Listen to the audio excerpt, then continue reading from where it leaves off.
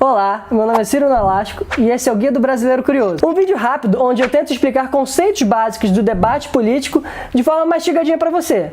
Hoje nós vamos falar sobre o que raios é liberalismo. Então, antes de começar esse vídeo, vamos falar rapidinho da nossa cartilhinha de sempre. Curte esse vídeo, compartilha, comenta aqui o que você achou sobre o tema que a gente explorou essa semana e se inscreve no canal, o mais importante, para que o YouTube veja que esse canal está gerando conteúdo e me coloque para mais pessoas verem. Então vamos lá, o que afinal é ser liberal? O termo liberal é jogado constantemente aí nos debates, nas discussões políticas, como se fosse algo simples de entender e como se fosse um conceito rápido de compreender. Mas na verdade não é bem assim. Dá até para entender porque as pessoas usam a palavra liberal muito, porque ela tem uma conotação positiva. Tem uma conotação de liberdade, de livre, de se livrar das agarras que o Estado impõe sobre a gente, aquele malvado. Mas, para começo de conversa, boas partes dos liberais que a gente vê muito por aqui no Brasil, eles usam esse termo muito livremente. Como eles mesmos gostam de falar, eles geralmente são liberais na economia e conservadores nos costumes. Mas como é que funciona isso? Você luta para ser livre das amarras do Estado, mas você também luta para reprimir os direitos dos outros que não são igual a você? Não é tão liberal isso, né? Pra gente entender o conceito de liberalismo, a gente tem que voltar lá para a Europa do século XVIII, um pouquinho antes até, para ver onde surge esse conceito. Na época, os estados-nação, ou os países, eram já há muito tempo governados pelos reis. O período em que isso aconteceu, a gente chama de Era Moderna, que vai desde o início das grandes navegações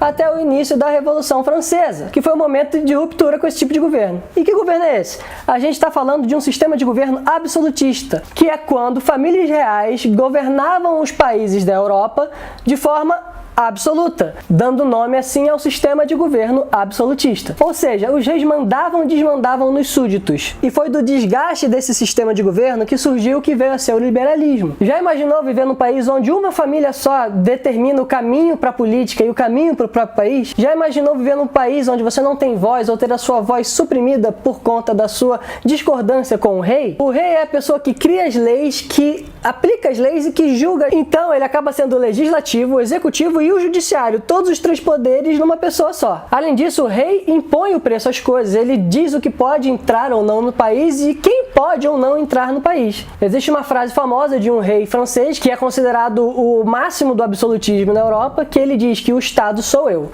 Então isso representa bem essa coisa de o rei fazer tudo em relação à política no país.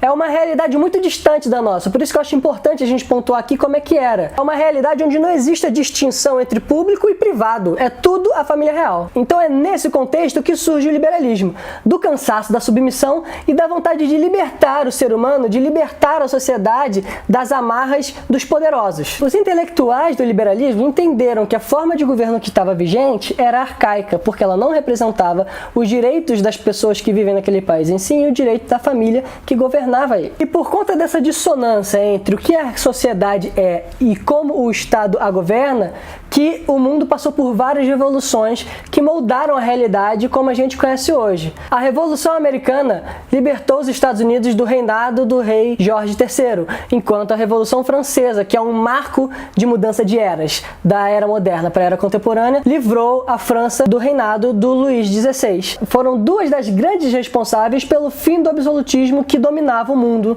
naquela época. Tudo muito lindo, musicais incríveis a respeito. Mas o que o liberalismo defende, afinal? Como ele faz oposição ao absolutismo, que carinhosamente passou a ser chamado de antigo regime, as ideias foram formuladas a partir de tudo aquilo que o liberalismo queria destruir. Se no antigo regime o governo era a representação de uma família, no liberalismo ele era a representação do povo. Se a monarquia regulava totalmente a economia, dizendo o preço que as coisas deveriam ter, no liberalismo o Estado deveria intervir o mínimo possível na economia. Eita, tá mexendo tudo agora. Se no governo absolutista existia religião oficial, no governo liberal existe a tolerância religiosa e a ideia de que o ser humano deve ter o direito à sua liberdade. E se antes a sociedade era dividida entre os que têm dinheiro, nome e representação e os que têm que trabalhar pra caramba e não ter direito a nada, agora com a sociedade liberal teremos a noção de igualdade. Resumindo tudo isso numa definição do que é o liberalismo quando ele surge, a gente pode dizer que ele é uma ideologia que busca a ruptura com o absolutismo e a representatividade de toda a sociedade baseada nos ideais de igualdade e liberdade individual. Eu poderia terminar o vídeo aqui, mas ele ficaria meio curto, né? Eu poderia pegar essa pequena definição e dissecar ela em vários outros vídeos, mas isso também daria um curso de 6 meses. Mas e aí? Acabou? Não, né? Seria um mundo muito simples se o liberalismo fosse só isso e eu não precisaria ter que fazer esse vídeo hoje. Mas o que aconteceu então? Depois da consolidação do liberalismo, ele começou a ganhar vários braços. De cara ele ganhou 2, que é o liberalismo econômico e o liberalismo político. O liberalismo econômico, o mais famoso de todos, diz que o Estado tem que interferir o mínimo possível na economia. E Adam Smith virando amigo de 9 entre 10 economistas liberais. E tem o liberalismo político, idealizado por John Locke, não o cara do Lost, que foca em negar o direito divino dos reis, dizendo que esses são apenas homens e que o governo deve representar o povo por meio de um contrato social que dá origem às leis modernas e à Constituição. Só que as ideias de igualdade e liberdade no âmbito social só vieram a criar braços fora do liberalismo clássico a partir do século XX. Porque imagina só, se hoje em 2019 é difícil de falar de pautas sociais, imagina lá no século XVIII, século XIX, quando os países que se dizem civilizados estavam por aí trocando e vendendo escravos pelo mundo, assaltando outros continentes e patrocinando genocídios por aí. Então, já no século XX, o liberalismo ganha outras vertentes, sendo o liberalismo social e o neoliberalismo. Vamos começar pelo irmão feio. O neoliberalismo, ele defende que a gente tem que pegar a merda, as fezes e jogar no ventilador, meter o louco e sair correndo pelado pela rua. Traduzindo, a gente aplica aquela ideia de que o mercado tem que se autorregular e que o Estado não deve intervir na economia, numa economia global, e aí países pobres como Laos e o Camboja vão ter direitos de trocar ou fazer comércio com gigantes industriais como a Inglaterra, e isso vai ser justíssimo. Fica aqui o asterisco e o card para um vídeo que eu ainda não fiz e que eu posso fazer dizendo por que países pequenos precisam de taxas para sobreviver numa economia global. E também, né, surge o liberalismo social, que não é socialismo, valeu? E também é conhecido como novo liberalismo. Ele é basicamente a noção de que o conceito de igualdade deve abranger os vários grupos sociais de uma sociedade. No século XX a gente já tem problemas consolidados como preconceito, racismo, homofobia, misoginia, que fazem com que alguns grupos sejam relegados à periferia. E que o conceito de igualdade deve se aplicar a eles também, garantindo assim a igualdade de direito entre esses muitos grupos. E também o liberalismo social acredita que é a função do Estado garantir um estado de bem-estar social dentro dessa sociedade. Foi essa corrente que levou o termo liberal para casa lá nos Estados Unidos. Por conta disso, lá, ser liberal é, entre muitas aspas, ser de esquerda. Mas aí, você que se diz liberal, aposto que você nem sabia que dá para ser liberal, lutar pelos direitos dos outros e, mesmo assim, não ser comunista, né não? Mas é isso, gente. Para me manter na proposta do glossário, eu tentei ser sucinto e foi bem difícil, não foi fácil não. Porque enquanto eu escrevi esse roteiro, eu tive ideia para 20 outros glossários. Mas eu vou voltar no tema do liberalismo, cedo ou tarde, mas não prometo nada. Teremos mais glossários sobre liberalismos aqui.